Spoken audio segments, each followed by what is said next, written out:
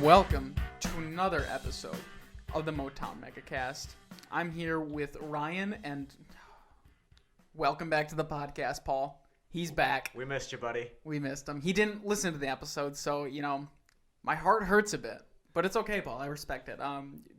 Because of Detroit sports currently where they are, I don't blame you at all. It's hard for me to watch a game, let alone listen to people talk about it sometimes. So let's just get right into Red Wings talk. What we're gonna do for this episode, just so people are aware as they're listening, we're still gonna talk about the Pistons, the Red Wings, and the Tigers. But the focus is definitely gonna be the draft. With the draft this upcoming Thursday, the Lions picking at 7. That's where a lot of our discussion is gonna lie. So we're gonna go relatively quick over all of the teams, and for a couple of the teams, that's a pretty good thing. So I'll go ahead and start with the Red Wings first. This week was all about the Stars and the Red Wings. They had a four-game series. First couple of games were kind of washes.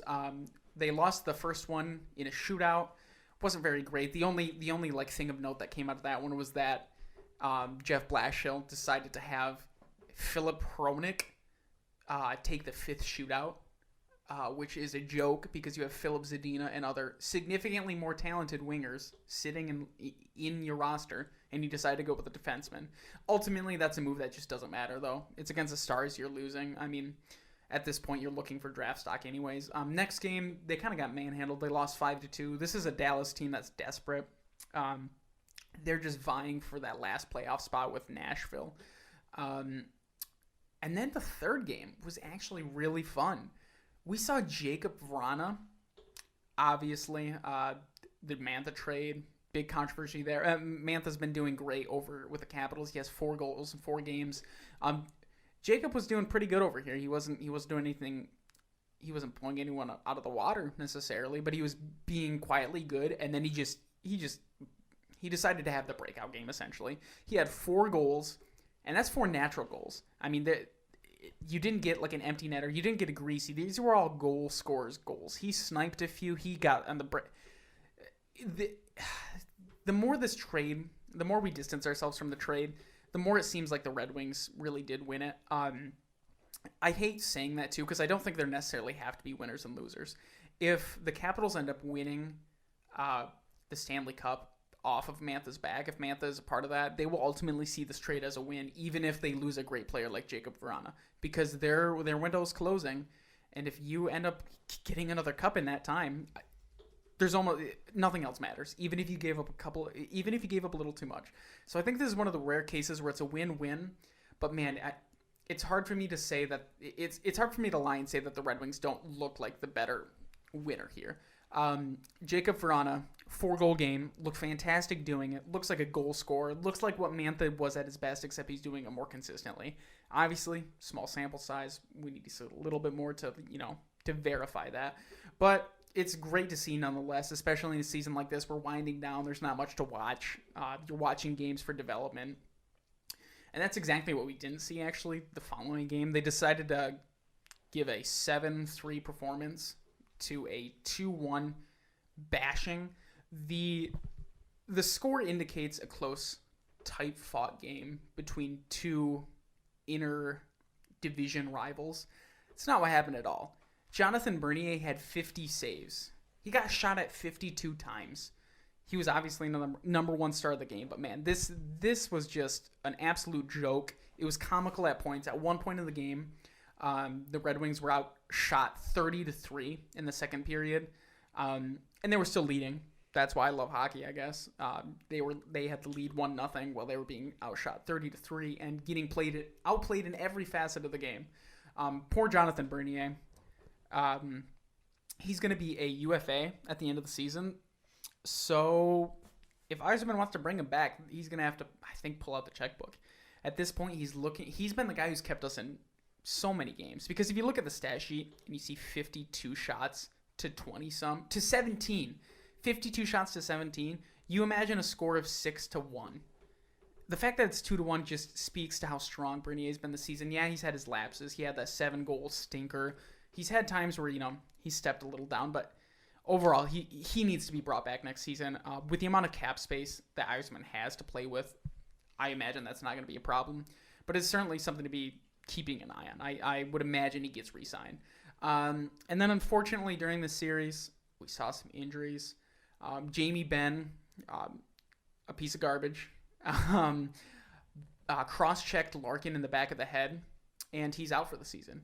Now, I don't think this is solely what's keeping him out. He had a couple of lagging injuries. He hasn't looked himself all season. He sat out a couple of games. And at this point in the season, I don't think it's a bad idea to just sit him. Season's dead. We're looking for development at this point. I don't think there's a point in having, like, the guy, the heart and soul of your team, go out there and break his back every day. I think Jamie Benn was just the straw that broke the camel's back, proverbially. I think that was just what did Larkin in. So we're not going to see him the rest of the season. We're not going to see Franz Nielsen the rest of the season. With a limited amount of games left, it looks like Bertuzzi is also going to miss the rest of the season. So it's hard. It's hard to be a fan and watch the remaining games right now with your captain out, with some depth players out. But if you're a Red Wings fan, I just tell you to watch because we're going to see some of those younger guys fill those gaps. So that's all the Red Wings news I have for the week. Again, not much as the season wind down, and I'm pretty sure it's actually similar with the Pistons. Am I right there, Ryan? Yeah. I don't have a whole lot to talk about, in part because I really want to talk about the draft. But yeah, honestly, on the Pistons front, there really isn't a whole lot of news. As we've kind of mentioned in the past, we are at that point in the season where there's not a whole lot going on. Like, Pistons don't really have playoff hopes right now. We're obviously past the trade deadline, so right now we're kind of just coasting, kind of just watching this team and looking for development. And so we'll talk about that a little bit. But yeah, with that being said, let's get into it. I want to again start with kind of just like a Pistons record update. So Pistons are now 18-43. So they are still the last place team in the Eastern Conference. And they are the third worst team in the NBA. Let's see. They are still awfully close to the Magic. The Magic are literally like a half game ahead of them. But I don't know. I really do see the Magic doing better at the last stretch of the season than the Pistons. And I don't really want to be the guy that talks about purposeful tanking, I guess. But I do think that Dwayne Casey will kind of do what he needs to do, like, within reason, to make sure that we don't have we don't start passing other teams, kind of, if that makes sense. Yeah, and I'm looking at the Magic schedule right now. It's not an easy stretch. The easiest team they have is the Cavs and Timberwolves. So it's going to be a rough stretch for them. So they play the Magic play the Lakers, the Grizzlies, the Pistons again. That's an important game to watch. The Celtics have been decent of late. The Hornets, Bucks. So not a lot of easy games there for them. Yeah. So I guess we'll just kind of have to see what happens there. But it's one of those things where I don't want to just repeat the same phrases over and over again, but, like, the lottery's a crapshoot. So, as nice as it would be to get one of those top three worst records, we'll just have to see. So yep. So there is your Pistons record update. I don't know. I guess as a fan, you can kind of choose if you want to root for them to lose or not. But yeah, we're just gonna have to see. So next, I just wanted to talk about the young guys, the rookies again. So I don't know. I guess I'll start with Isaiah Stewart because I really think that he's kind of burst onto the scene a little bit in the last, like, more so than any of the other rookies, I should say. I think he's shown the most improvement in this kind of, like, last stretch. He's been shooting very efficiently. It's really nice to see, like, how good his touch around the rim is. And one thing I've noticed when watching him is just how quickly he gets these little shots up. Like, he almost never gets blocked. He'll be in the lane and kind of just like flick it up. I don't know. It'll go in. It's really cool to watch because Mason Plumlee doesn't do that. Mason Plumlee doesn't have a quick shot like that, and I don't know. He's still a pretty decent post scorer in his own right, but they certainly go about it in different ways. So yeah, Isaiah Stewart, whenever he starts, I get so excited. I love watching that guy just kind of start the game with the injection of energy that he puts into the team. And I don't really see him being the starter at all this year if Mason Plumlee is still on the roster. But I think next year is when we're going to see him really grasp that starting role, I guess. Sadiq Bey, I just really quickly wanted to talk about some things I've been seeing from him. And the biggest one is kind of his aggression driving towards the hoop. We saw that. We've seen that a lot more lately, and he's not necessarily shooting efficiently at the rim. But right now, just seeing him, like, I don't know, just literally put the ball on the floor and make these aggressive moves to the rim. It's been really just something we haven't seen a whole lot from him, and we've seen flashes of it, but he's a little more aggressive now attacking the rim. So that really excites me. If he can kind of develop his game into like a 3-level scorer, he's already shown that at this point in his career he's solid on defense, and I think he can become definitely a plus on ball and team defender. I don't know. The sky's the limit for this guy. I love him. I love him so much. And finally, we'll talk about Killian. I know I said I'll talk about the rookies, but I don't know. Sabin Lee hasn't been getting a whole lot of playing time necessarily, so we'll skip over him. And as for Killian, I don't want to say more of the same, but I guess we've seen a lot of just basically a lot of the same. Killian he's still shown his just his spectacular passes every once in a while. I think one of the biggest things that we're seeing that like doesn't really pop out is just kind of like his I guess he just doesn't make a lot of mistakes out on the floor, and that was like one of the biggest knocks against him at the beginning of the season, so that's been really cool to watch. And then his continuing progression on defense. He's already, I think, an above average guard defender in the league, and he's 19 years old. So I can't wait to see. I think if nothing else, his floor is just I don't know. I guess I'll compare him to like Elfrid Payton, just a guy who will make plays and play defense. But yeah, I'm really excited to see what an off season will do for him, because we saw like just the development just from his injury to when he started playing, and for most of that time he was injured, and there was a lot of development there. So I'm really excited to see what this coaching staff can do for him, along with the other rookies. And Jeremy Grant had some interesting comments recently about his time with the 76ers when he was on the process, that team.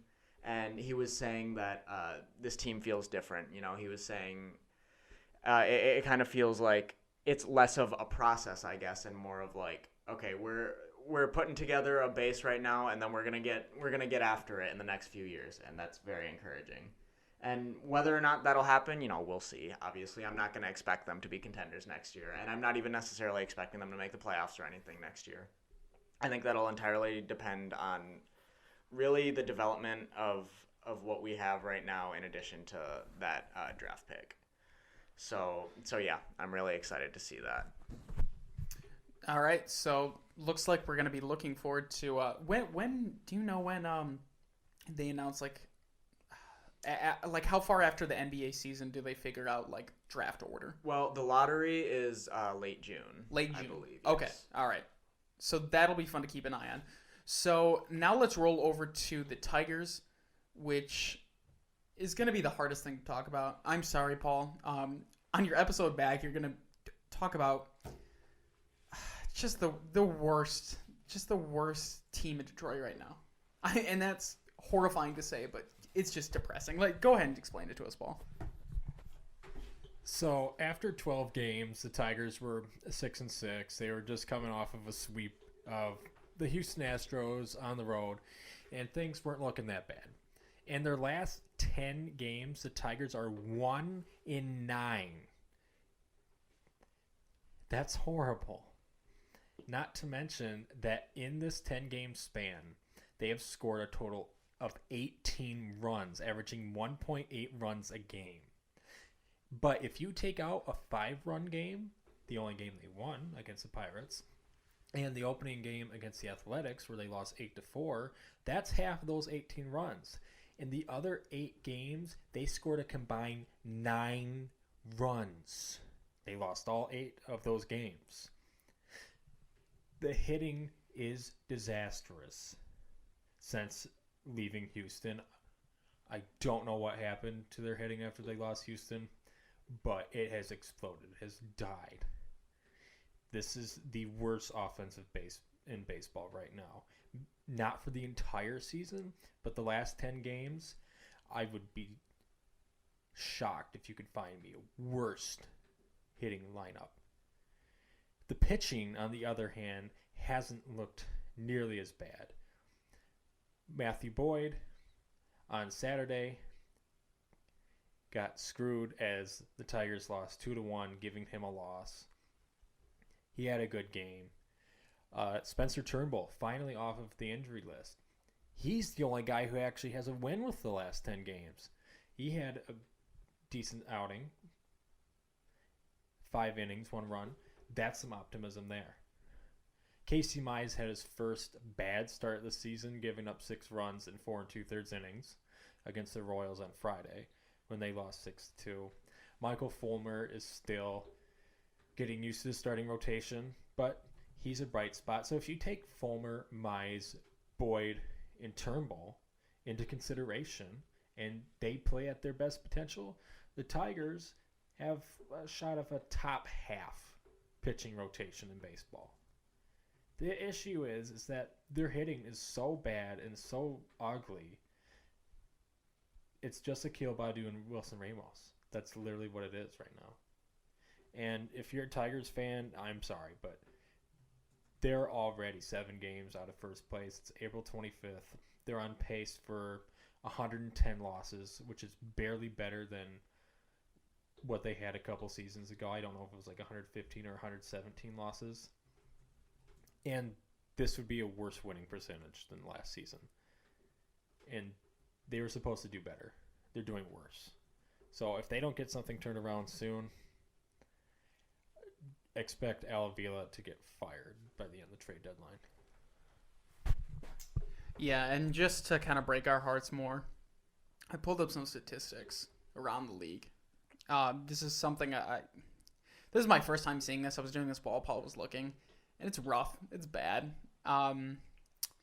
So in terms of hits, they're bottom 5. They're 25th. But that's not horrible. They've got 143 hits. It's not great. 25th in the league is not great. But they're the 3rd worst team in terms of runs scored, 67. And they have the lowest average in the entire MLB. .205 average. .205 is the team average. Something that did give me a little bit of solace looking at this list. Both you guys. Give your guesses. Who was the 2nd worst in average?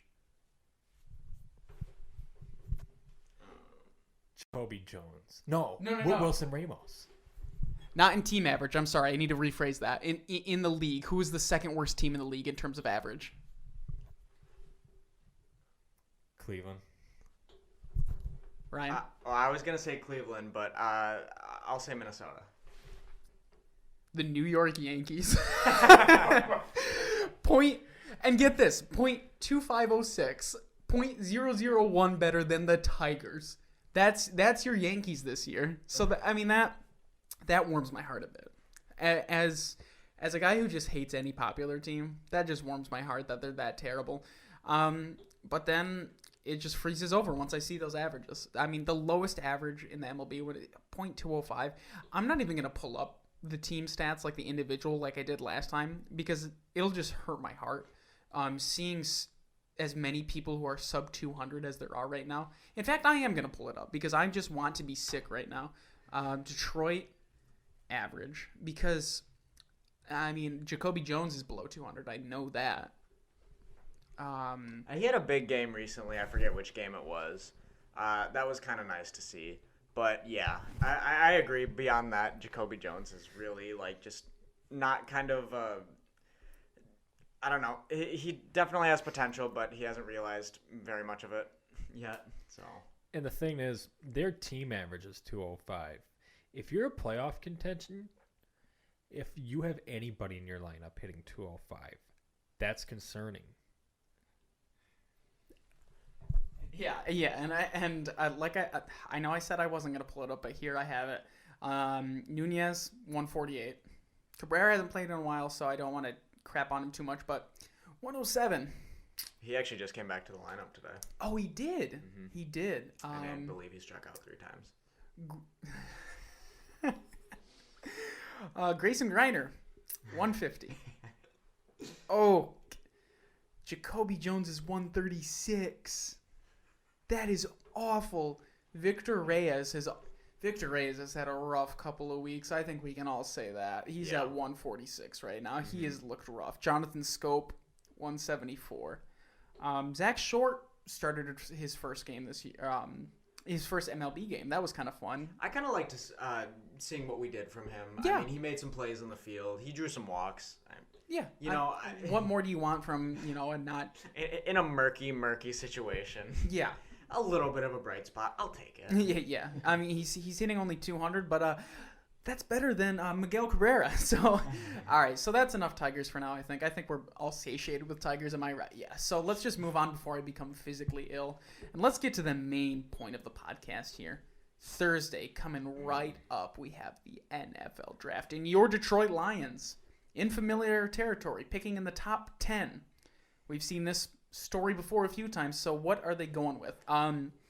Let's introduce this topic with some other rumors around the league. So, Ian Rappaport, on Twitter, I believe it was today, right, Ryan? Yep. He said that the official rumor, and it's Rappaport, so that I consider this reputable, at 3, San Francisco looks to be going for either Trey Lance or Mac Jones.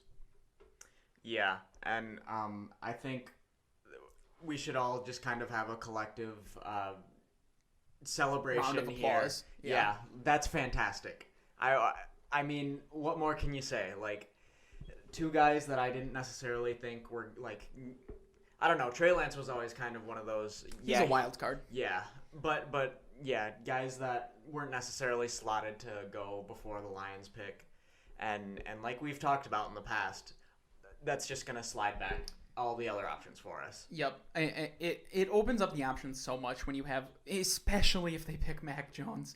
It just opens up so much because I don't think any team is trading up for Mac Jones. I know they're not to 3. Not to 3. No. So if Mac Jones goes at 3, that's just ideal. The chips start falling that way. That opens up the scenario where we get one of those blue chip prospects we talked about last week. A Jamar Chase, a Kyle Pitts, a Penei Sewell. We get one of those blue chip prospects who looks to be an immediate game changer, a guy who's pro ready and shows high upside, which is hard to get in a draft, and that's why they're considered blue chip. And yeah, when you have a team reaching for a quarterback who traded up to get that, may I add. At first, I was a little nervous because I thought that hurt the chances of the Lions trading back. But at this point, the way the dominoes are falling, I guess is the way to put it. It's looking like this is going to help out the Lions in the long run by far. Yeah, absolutely, I agree. So it's really going to be interesting to kind of see. I guess for the Lions' sake, what that Falcons pick is going to be, because that's the news. Right, and I don't know, could could there have been a better draft to have this like projected run on quarterbacks for like just in the position that the Lions are in? Like it's seeming more and more like just everything's kind of going their way where it really does seem like it's going to be hard to screw up this pick. Yeah, it's the perfect storm. The way it's developing right now, like it's going to be hard for the Lions to mess it up. Like you just said, like with the run of quarterbacks that's going at the top, they're going to have such a pick of talent. Like let's say it was more reasonable and like because I think in a normal draft I think Trevor Lawrence and Zach Wilson top 3 are fair. I think we can assume that, but Mac Jones in the top 10 I even question. Trey Lance in the top. Trey Lance is so hard for me to pin down because I've heard rumors from both sides. I've heard teams say I don't want to take the risk. It's kind of like a swing and a miss. It could be, but you could also be missing a generational player. So not only is he a hard prospect to analyze, it's hard to analyze where he's going in the draft. But in this year, it seems like he's one of the premier. I mean, he's right behind. I mean, a lot of people currently, because of the way Justin Fields has kind of fell of late, it looks like Trey Lance might be the 3rd best quarterback off the board. And if they pick Mac Jones at 3rd, that means the best quarterback's selling that. Oh, maybe someone trades up to 7. Maybe someone, maybe the Falcons do a little bit of work. Maybe they go with their guy, Trey Lance or Justin Fields. It just opens up so many scenarios if Mac Jones goes at 3. I think I might celebrate the most on draft night if they pick Mac Jones at 3. I think I would celebrate a Mac Jones pick more than just about any Lions pick that Brad Holmes could make, honestly. And Mac Jones is very good news because Miami's considering trading down as well, which may sound like bad news a week ago, but if like a Kyle Pitts, Penei Sewell, or Jamar Chase fall to 7, the Lions wouldn't have a draft bad pick. But who wants to trade up to 6 to get Mac Jones? I'd much rather trade up to 6 to get Trey Lance. Yeah, I think that's very fair. The only other team that was the teams that have been rumored to like be kind of into this Mac Jones thing were San Francisco and the Patriots. But I think the Patriots were interested. This is just armchair GM right here, armchair league, not coming from an insider. I think he was interested because I think there was a possibility Mac Jones slipped. I don't think he's interested anymore. I don't think Bill Belichick is going to trade up to get Mac Jones. And I think, Paul, you just actually hit it out of the park there. I think I think you hit it right on the nail on the head. I don't think anyone's going to trade up to get Mac Jones, really. I don't think that's a premier prospect. That's the kind of guy that he falls to your spot. You need a quarterback, so you pick him up. He's not the type of guy, unless you're like Chicago, who moves up and gets him. Trey Lance is much more the guy. Because, I mean, he's already a risk. If you're going to take a risk on him, why not maybe increase the risk, push the chips all into him? I could very well see that. Yeah, and honestly, the Niners situation, or not Niners, sorry, the Patriots situation that you kind of just went over reminds me a little bit of the Lions situation where right now they don't need to get a quarterback. They're not using extra assets to move up and be sure they get that guy.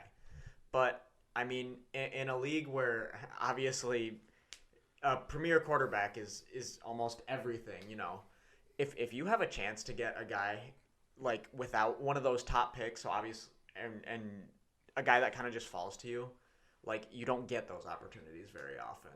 So that's kind of like where you could see Mac Jones going to the Patriots in that situation. But to trade up to 3 for him, either they see something that nobody else does, or it's the biggest smokescreen ever, and they've fooled every single one of us. I would love that. I would love it so much if they just went for Justin Fields or someone at 3. I would love it so much. And then I want to talk about Paul's next point there that he made, because he also mentioned the Dolphins pick, and there's been a lot of smoke there too about them willing to trade down. Miami's kind of a hard team to pin down though. I wouldn't be surprised if they're just saying this. I tend to trust Miami about the least when it comes to draft rumors, and obviously like these rumors aren't necessarily coming like from the GM or the coach himself from Miami, but like whenever I hear just rumors centered around Miami, it's always kind of like, all right, I don't know. What's the merit to this? Is this just another smokescreen? Because we've seen that in the past. And at this point, if you're the Dolphins, I'd say just stick at 6. You're going to have your pick of some pretty premier talent. They already have a decent offensive line. Stacking a Penei Sewell on there only makes it better. Giving Tua Tagovailoa, who you hope is your quarterback of the future, a Kyle Pitts or Jamar Chase. To me, staying at 6 is the win-win here, and I'm always a trade back guy. But, man, it's awful hard to move out of that 6 spot for them right now. If I'm Miami, I mean, if I could trade down, like, say, 7 spots to LA and get a first-round pick and, say, a third-round pick plus 13, I'd do it. But other than that, if Kyle Pitts is there, I'm taking him. Not so much Jamar Chase because they have Devontae Parker, and I think Devontae Parker's a pretty good wide receiver. He's not like a generational talent or anything, but he's a good wide receiver one. So only for Kyle Pitts, if not, or Penei Sewell. If not, then trade down. So that's interesting there. Like, how? Because I didn't have the impression that you were super high on Kyle Pitts to this point. How much better of a prospect do you think Kyle Pitts is than Jamar Chase? It's not that I think he's that much better of a prospect than Jamar Chase. It's Miami's needs. I think they'd be much better getting a great tight end than a great wide receiver. So if we're talking Lions, do you think they should draft Kyle? Let's say Penei Sewell's off the board and they're stuck at 7. Do you think they should go with Kyle Pitts or Jamar Chase? Because their need is wide receiver, but I'd argue that they should go Kyle Pitts there. I'd go Jamar Chase. I mean, preferably I'd go neither and trade down, but I'd go Jamar Chase. Just because we don't need Hawkinson and Pitts. It'd be a nice weapon. Like I said 2 weeks ago, it'd be a distraction to have Pitts out there and then they throw a Hawkinson, but they need a receiver or they need the trade down. Well, thankfully they will not be faced with that scenario because there's not a chance that those two are going to be available at 7. No, not both of them. No, one or the other is a possibility, but the Bengals right now, the run for Kyle Pitts has been crazy to me lately. I get it because watching the tape, he just looks like a talent, but he's like, there have been rumors that the Cowboys are going to trade up to them, which would be the most Cowboys move in the world, and I would laugh hysterically. Go up and grab someone at 5 to, add an already decent offense, ignore the glaring holes all over your defense. That's just the most Cowboys thing in the world. But like, we're starting to get to the point with Kyle Pitts hype where it seems like I don't even know if there's a chance he falls to the Lions. I've kind of been honestly like where I'm at right now with what I've read and what I've heard. I honestly would be surprised if either Pitts or Chase is available at 7. Yeah, because I think I mean the Dolphins, like we were talking about earlier, I don't really trust them. I think they stick at 6. And even if a team trades up to 6, I think it would be to probably grab a Chase or or Pitts. I think Chase and Pitts will be available at 7, not Sewell. But I think Chase and Pitts are going to be available at 7 because I see 5 quarterbacks going in the top 6. So your thought process is Lawrence, Lawrence, Wilson, Jacoby Jones, Mac Jones. Who do you have the Falcons going with then? I have the Falcons and Miami trading down, or the Falcons drafting a QB, having Trey Lance and Justin Fields getting drafted in the top 6, and then Penei Sewell going to Cincinnati. Man, that just is not according to what rumors I've heard. Yeah, with the draft, it's so hard to nail down. So that's not like a horrible thing. If there's a year that 5 quarterbacks go in the top 6, it'll be this year. But with the amount of hype we've heard, like, it just seems to be trending upwards for people like Jamar Chase and like Kyle Pitts, especially Kyle Pitts. And it seems like things have been kind of cooling on Justin Fields, obviously. And even I've heard kind of cooling on Trey Lance a little bit, just because I think people are starting to realize he's a hard prospect to pin down. And with a COVID year, with just odd things going on, I don't know if teams are going to be willing to take that swing and a miss. And okay, Paul, my only thing with what you said is, so at some point when you're up at the top of the draft and there is premier talent available, you just take that premier talent, you know? And that's, I think, so in the Falcons case, I think they're going to fall in love with a prospect because there are going to be plenty of prospects to fall in love with at 4. And I think they stay. I think it's more likely they trade back than anybody else in the top 7, I guess. But or I guess excluding the Lions. But with Miami, there's a reason that they made those 2 trades. You know, there's a reason they got back into the top 7. Yep. Because they're looking for a target. They're looking the way that they've accumulated draft assets and they've built this roster. They're almost to the point where they're rounding out their roster. And if you can get a guy of Pitts or Chase, like his level, then you take that, because they're kind of at the point where they don't necessarily need to stockpile draft assets anymore. They're kind of rounding out and getting that firepower that'll take them to the next level. Yeah, and exactly with they're looking to add right now. Like when you're trying to build a core, when you're trying to like build a foundation for your team, you pick someone like Penei Sewell, you pick like an offensive lineman, a defensive lineman, a quarterback is the most obvious option, but you pick someone to kind of.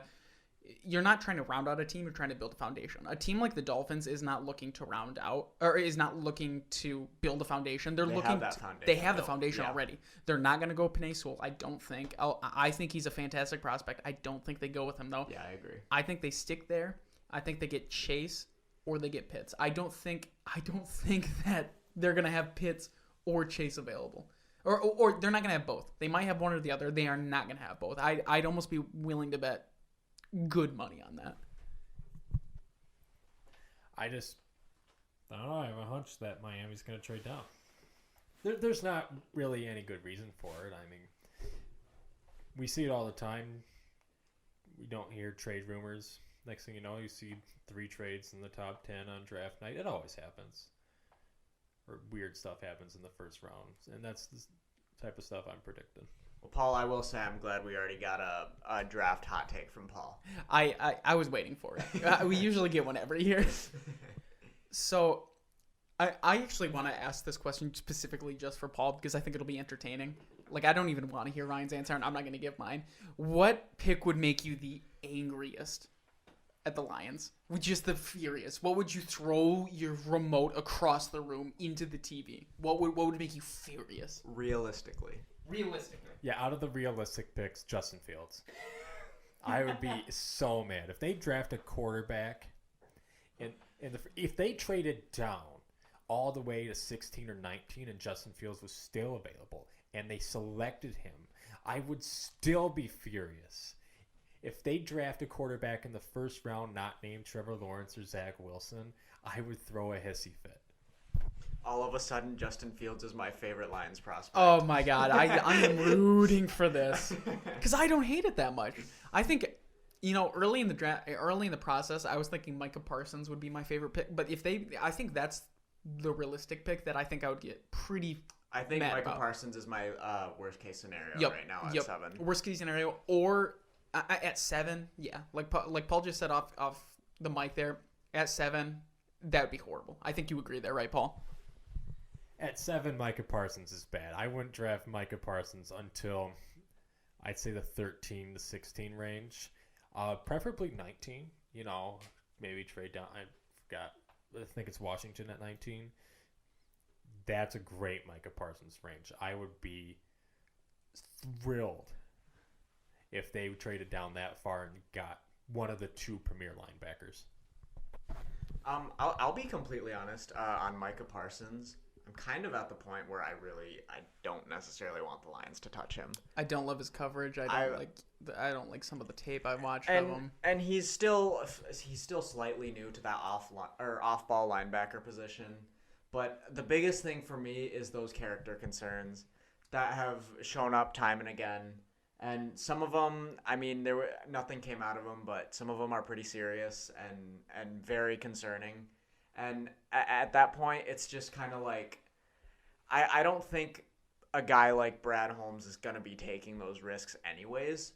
But at that point, I would rather them, I guess, just value offline or off-ball linebacker at a later pick and kind of let them or get a guy that can be a rotational guy and then maybe grow into a starter. Because, I mean, you can make the argument that off-ball linebacker is just not worth it necessarily in, I guess, not in the first round. But, like, you know, there's a question of positional value there. And those two factors combined, I just think I don't want them to touch him. Well, and like I was saying earlier, the Lions are looking to build a foundation right now, and linebacker is just not a position you build a foundation upon. That's just not a position. And Paul and I have talked ad nauseum about wanting to pick defense. That's with the caveat that it's smart. I don't want them to go and reach for prospects just because they're defense. If you're staring a Jamar Chase in the face, you take Jamar Chase. You don't reach just because your defense sucks. With a roster this barren, you have to reach out and you just have to get best available this draft, I think. Yeah, and I wouldn't touch defense in the first round unless they traded down to at least 13. There's really nobody in the top 10 defensive-wise that's worth it. Oh, and also, I have changed my mind about the Justin Fields comment. It's actually Devontae Smith at 7. That would make me go absolutely insane. I don't want him to be touched at all in the top 20. He's the worst wide receiver in the top 5 in the draft. If I'm wrong, I'm wrong. But, oh, God, I would be so mad. Wait, hold on. Are you saying worst as in, like, skill, talent-wise, or kind of the factors of, like, the size and... I just don't think he's going to be all that successful. I think he has a high ceiling. I think he has one of the highest ceilings out of the core wide receivers in this draft. But he also has, like, one of the lowest floors. He could go in there and just be god-awful after 2-3 seasons. I'm actually kind of with Paul here. I hate Devontae Smith as a prospect in the top. I won't be as bold. I think you said top 20. I would be happy if they traded back to like 17 and picked him. I'd be fine with that. But man, if they picked him in the top 10, I'd be pretty annoyed. I'm concerned about his size. Now, I think in the right position, Devontae Smith could absolutely, if they use him right. My concern is a team looks at him, drafts him, and uses him as just an isolated receiver and expects him to succeed there. He won't succeed as just like a I'll just go best in the league as an Antonio Brown, as a Julio Jones. He's not going to succeed as that one-on-one guy. He's going to he's a great route runner. He can work in the slot amazingly. If you use him right, Devontae Smith can be a dangerous weapon. I think that's the type of pick you make if you're like the Dolphins, if you're rounding out a team. I don't know if he's dangerous enough to go ahead and snag when you have other needs. And what I'll say is I don't necessarily like him at 7, kind of just because of where the positional value I think that we can get there is based on some of the events that have transpired or that we're hearing about. I'm gonna push back on the low floor statement, and part of that I'm gonna use Alex's comments as I guess evidence for that, because you talked about he is such a great route runner, and because of that I don't think you can put his floor that low, because if you can get open in the league, I mean you can be, he'll be able to like make an impact the first year. Now the question is whether or not defenses are gonna kind of like play to his weaknesses, jam him at the line and like not let him stick him to the outside. Yes, but then I don't know. I think that he can.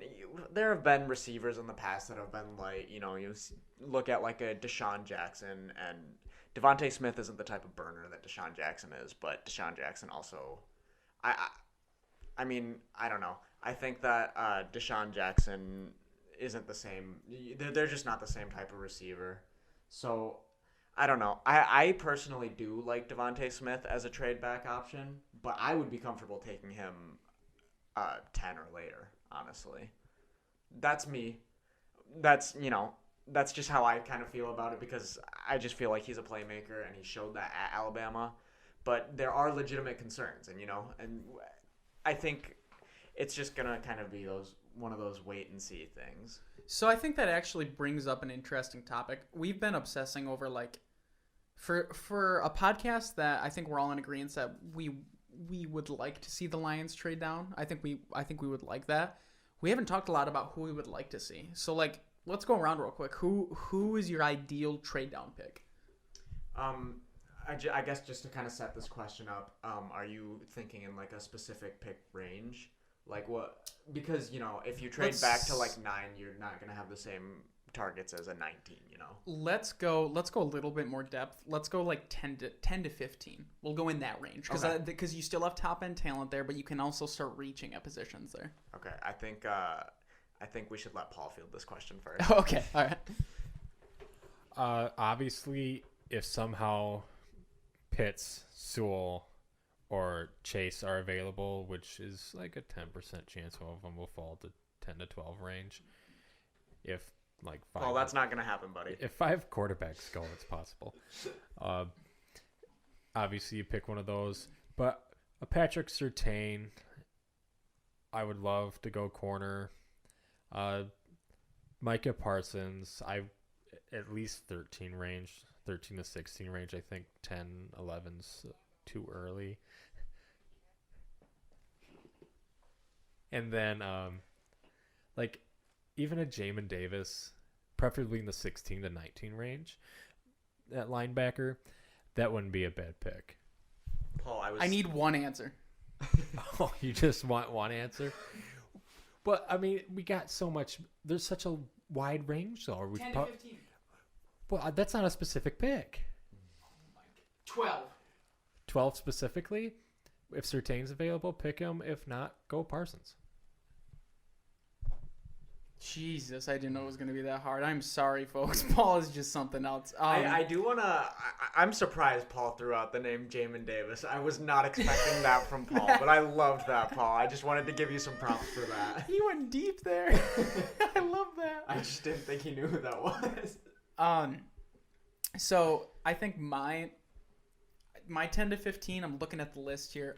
I like Caleb Farley. I think that's decent. But man... Rashawn Slater or Christian Jerisaw.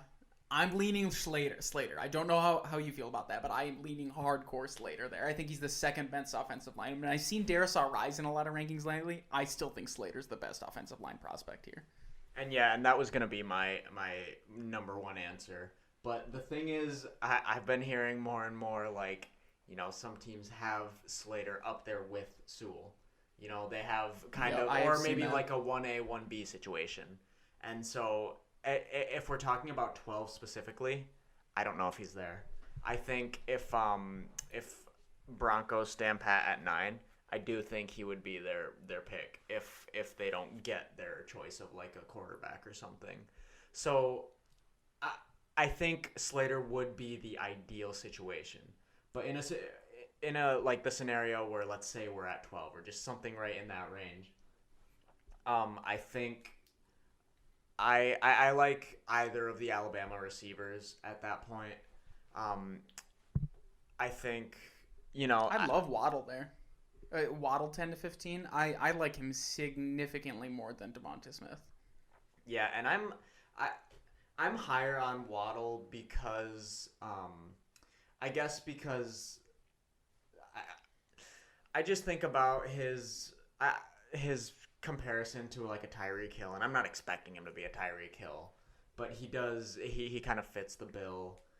That speedy small guy who can work out of the slot, who can just turn any play into he's just a playmaker. He can turn really any play into a huge down the field touchdown.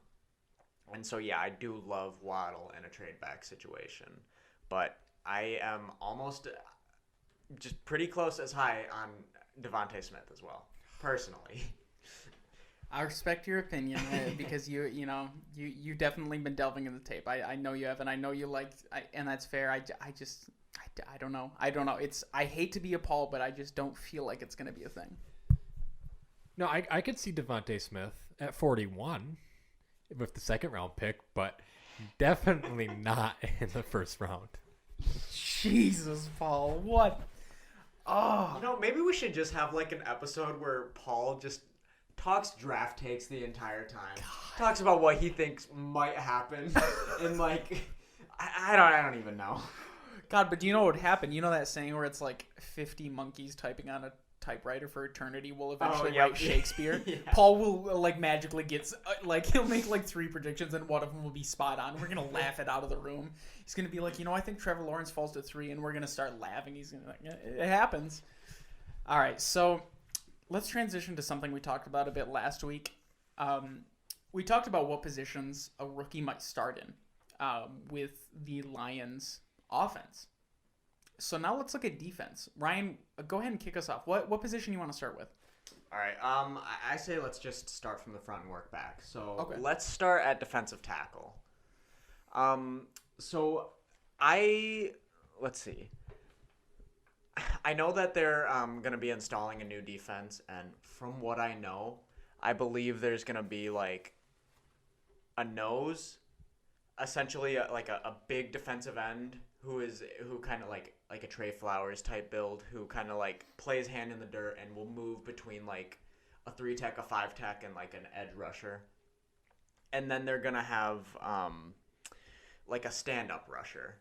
And then obviously packages are different, but those are kind of going to be the main, like, I guess, staples on that defense.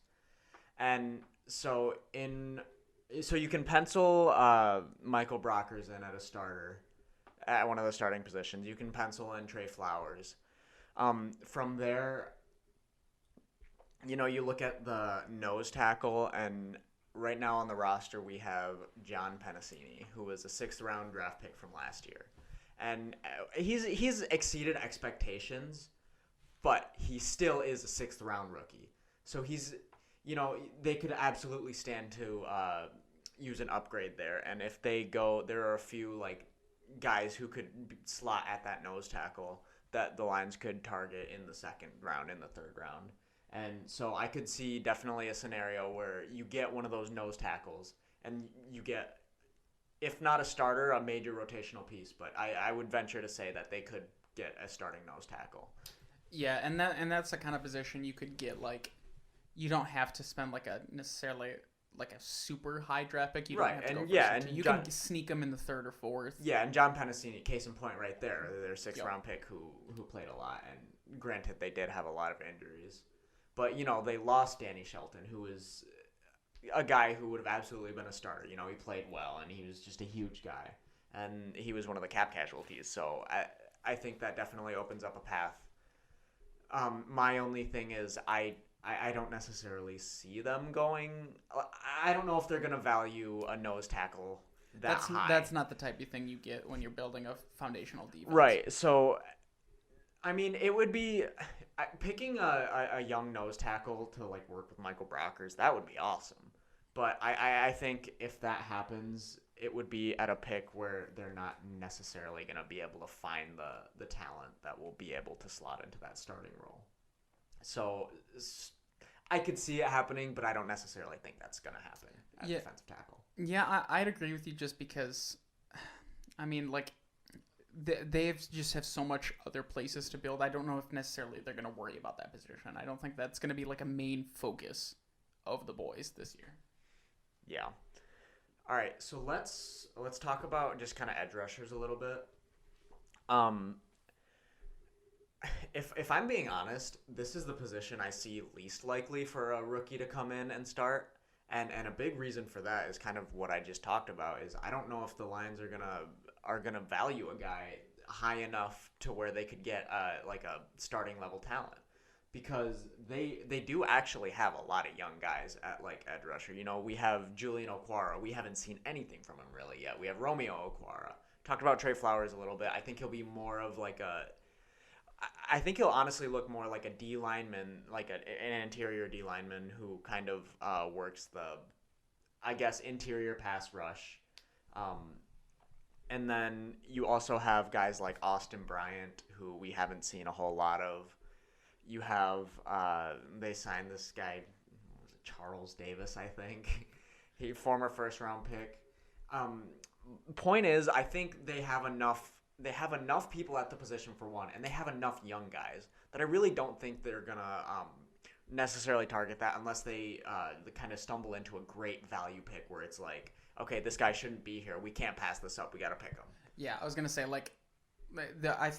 I think the only way the talent on defense is so weird this year, and I think that's especially true in terms of edge rushers. Specifically, like the top edge rusher, like I'm looking at the top, it's Kwity Paye. Yeah. And I just don't love him as a prospect in terms of, I don't know. And Kwity Paye he'll be the beneficiary of not, like, you don't have a Chase Young, you don't have a, what's the guy's name? Guy on the Browns that... Miles Garrett. Yep. Miles Garrett. You don't have one of those guys in this draft, so Kwity Paye is probably he's looking at like a mid-first round,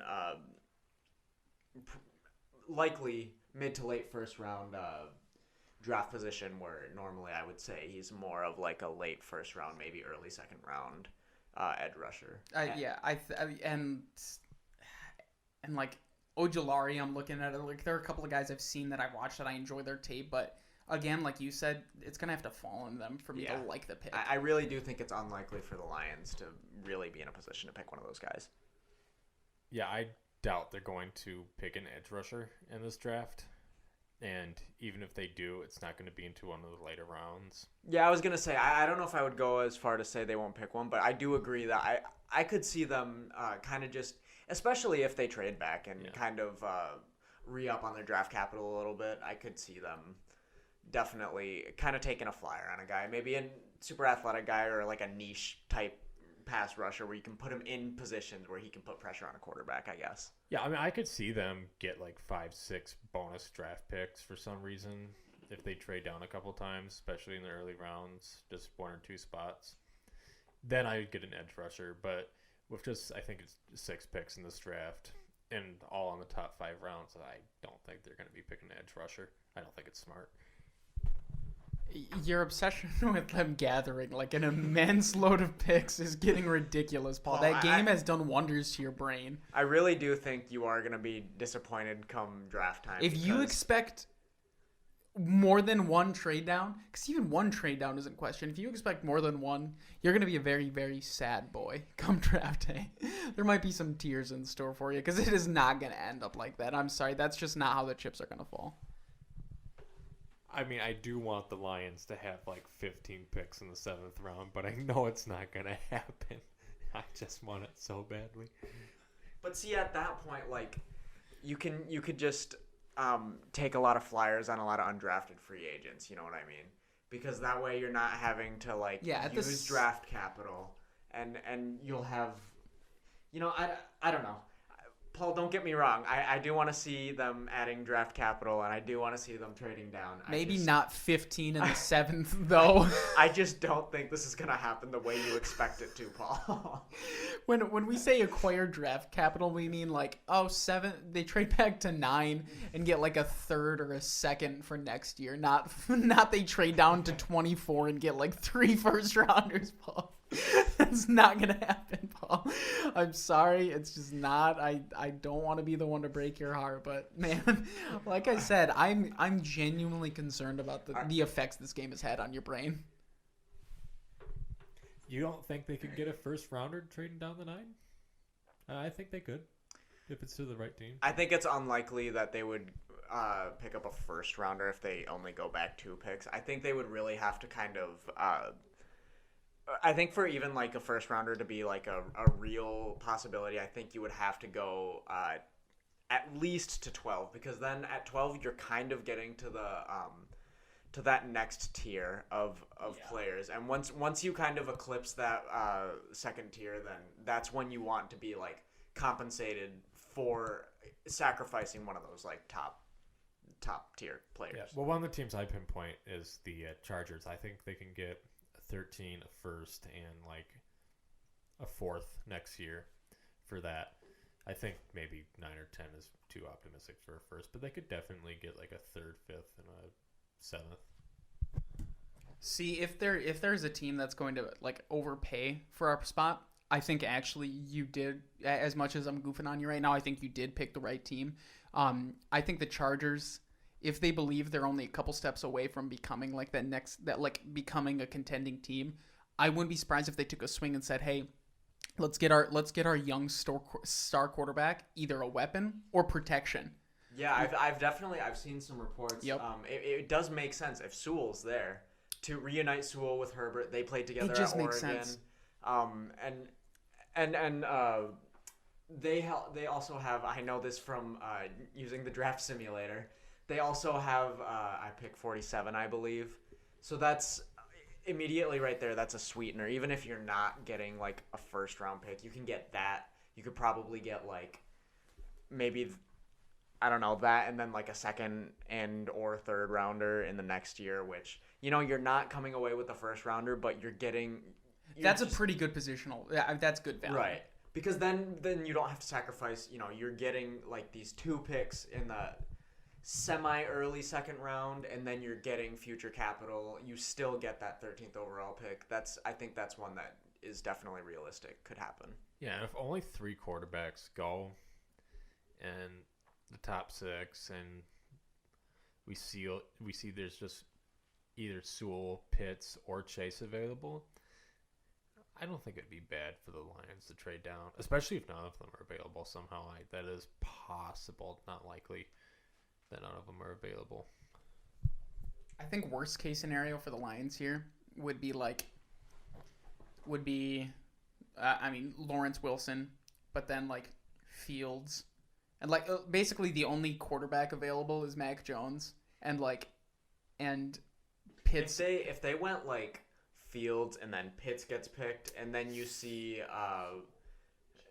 like Sewell and Chase, that's because then you have Mac Jones. Mac Jones would be available, but you have Trey Lance, and you know, we don't really know how much these teams are valuing Trey Lance. We also don't know how much they're valuing Justin Fields. But Justin Fields, you know, we're all too quick to forget that beginning of the football season, it was like, oh, who's going to be the number 1 pick, Justin Fields or Trevor Lawrence? Yeah, that was a real conversation that we're having. Yeah. And I hate to like go against popular opinion. I don't love Zach Wilson at this point. Like, he's a good prospect. I'm not going to be someone who sits there and says that is so unreasonable that he's projected. It's for a reason. He has talent, but man, I feel like he could be a big bust. Well, one of the things you wonder too is, you know, he is going to the Jets. That's what I'm saying. How big? Because and I'm not one of those, like, you know, I think if a quarterback has that natural talent, you can showcase it, and I think he is honestly more talented than Sam Darnold.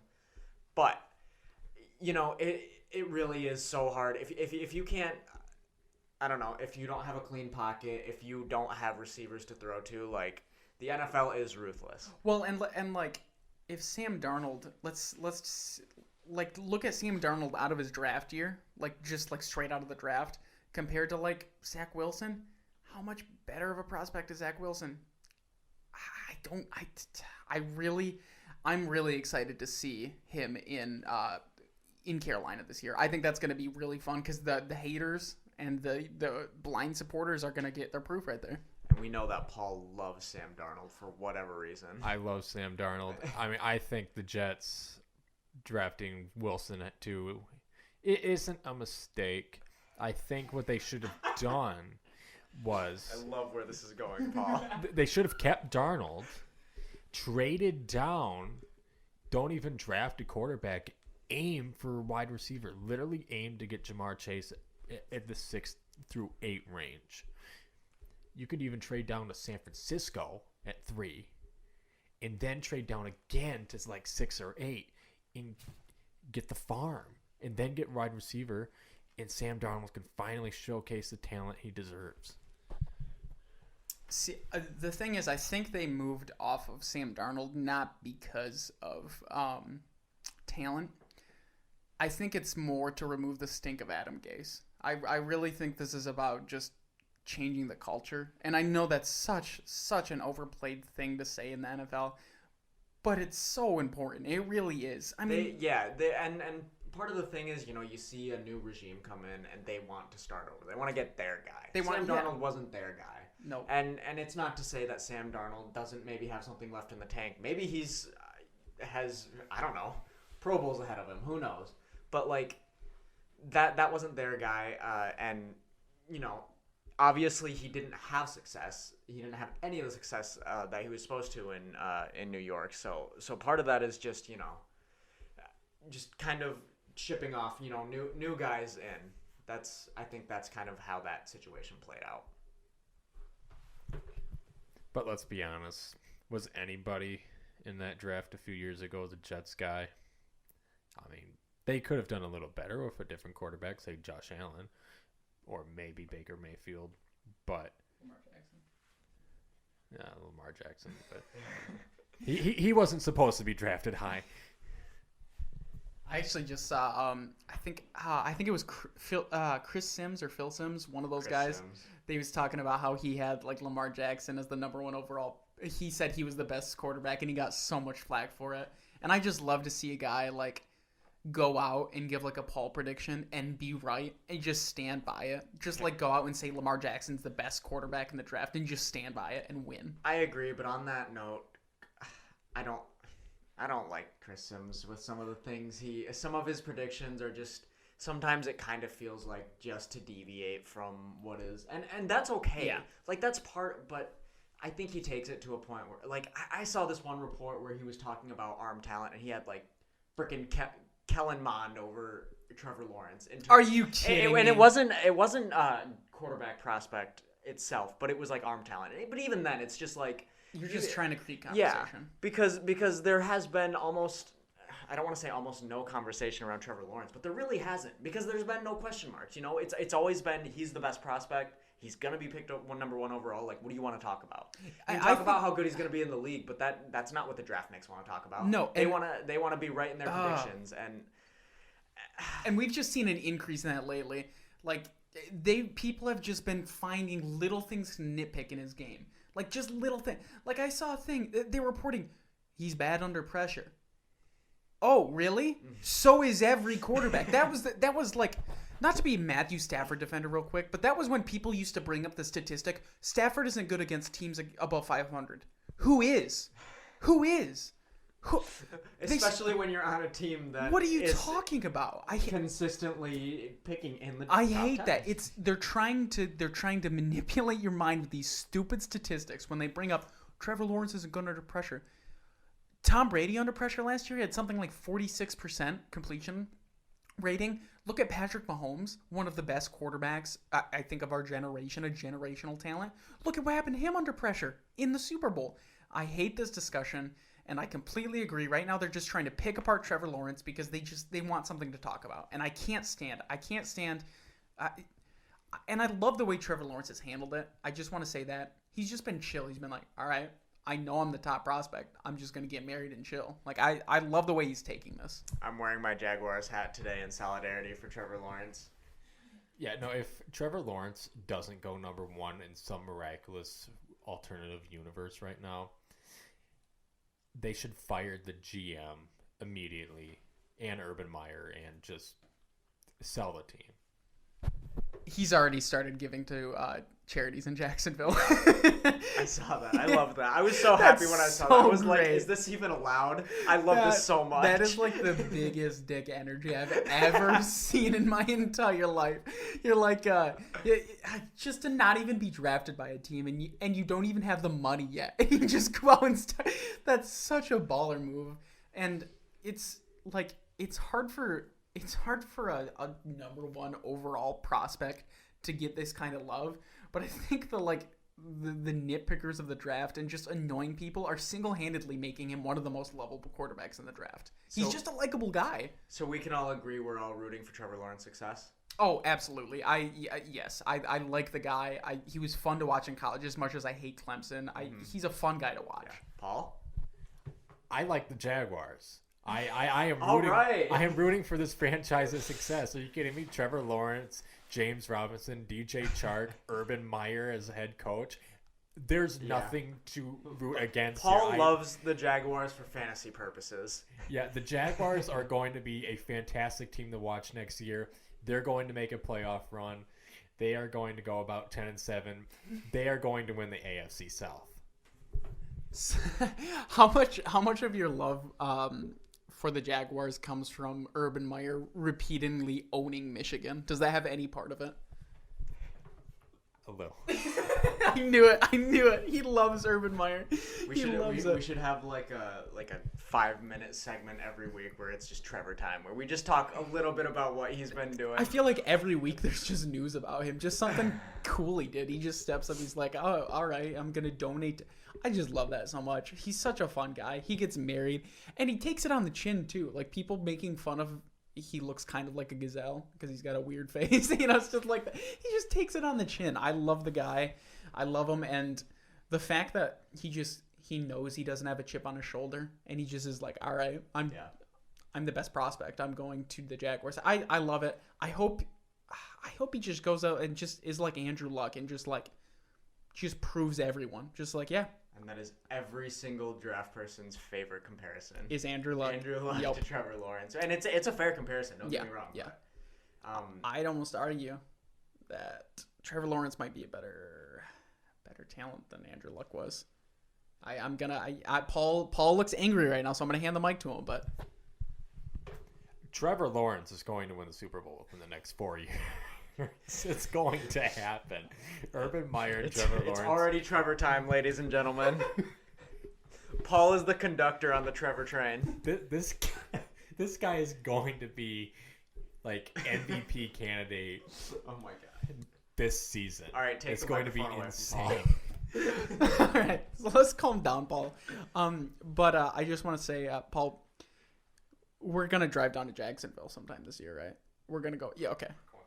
We're going to a game. Okay, I just wanted to make sure that was clear because I mean it's Florida. I'm sure you don't. They probably have like 3 COVID restrictions. Like you can't cough openly on other people's faces. That's probably legitimately the only rule they have there right now. It's chaos. So I might feel a little unsafe, but it would be worth it to just ride the Trevor train just to the end. I'm so excited to watch him. I think we all should get Trevor Lawrence jerseys. All right, I'm keeping the mic from Paul now. We're going to move on from Trevor Lawrence. Yeah, let's save some of our excitement. We have a long season ahead of us, Paul. Paul, I just want to ask him one more question. The Lions trade up and get Trevor Lawrence. What do you do? I'm buying a jersey immediately. I'm moving to Detroit, getting season tickets. I'm predicting this team to win the Super Bowl. I would be so happy with Brad Holmes. I would never be happier with the Lions again. All right, I just had to ask that one question because I knew Paul would have just a fun response to it. All right, so let's move on to our roundtable, and we're kind of mixing in our roundtable with our draft talk because that's been a majority of the episode. It's coming up this Thursday. We're excited for it, as you can tell. Some of us might be a little more excited than others about certain prospects at the top, but we'll talk about that at a different time. So let's just straight up official prediction for the Lions. Go ahead, Paul. They draft Jamar Chase at 7 after Lawrence, Wilson, Jones, Pitts, Penei Sewell, either Fields or Trey Lance at 6. Miami's trading down. That's my prediction.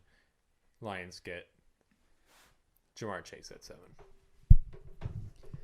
My prediction, Penei Sewell at 7.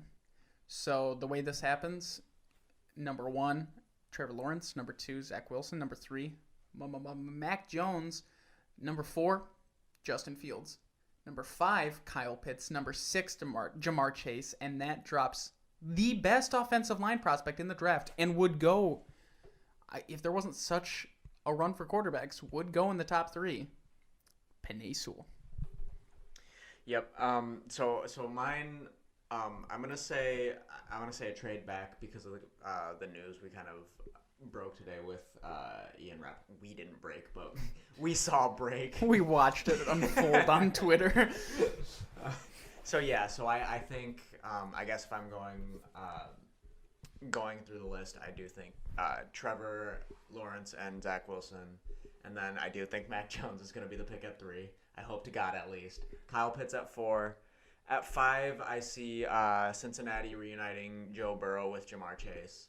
6, Miami can't pass on Kyle Pitts. And then at 7, I mean, in this scenario, Sewell is still available, but they trade back because at this point Sewell and Fields are available, and you have. Oh, I didn't think about in your scenario. Fields is still there. Yep. So you have. So that opens up. Technically, I mean, in this scenario, Trey Lance is there too, but I really do think that Fields and Sewell are kind of the key to a trade back, and if they're there, that opens up so many because then you still have that Chargers we were talking about earlier where they trade up and jump up and grab the Sewell. You have any team that wants a quarterback. That I love that I didn't even think about that scenario, honestly. That's a fantastic. Yeah. So I think, I think honestly, I think it'll come down to a trade back or Sewell. That's kind of, but I my official prediction right now is they're going to trade back. I don't know who they're going to trade back with. I don't know. I don't really have those kind of things are so hard to nail down. Right. It comes down to what the GM's feeling. Yeah. So I think, I do see a trade back now. So. All right. So Ryan trade back, Paul Jamar Chase. I'm going Penei Sewell.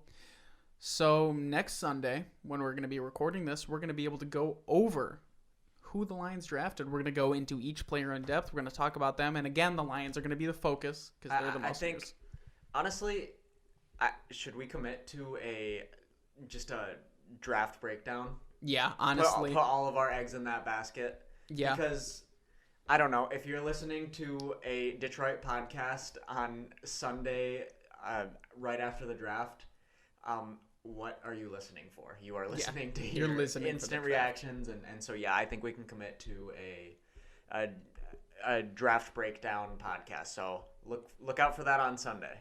All right. So thanks for listening. Like we said, next week draft recap. Check in next time.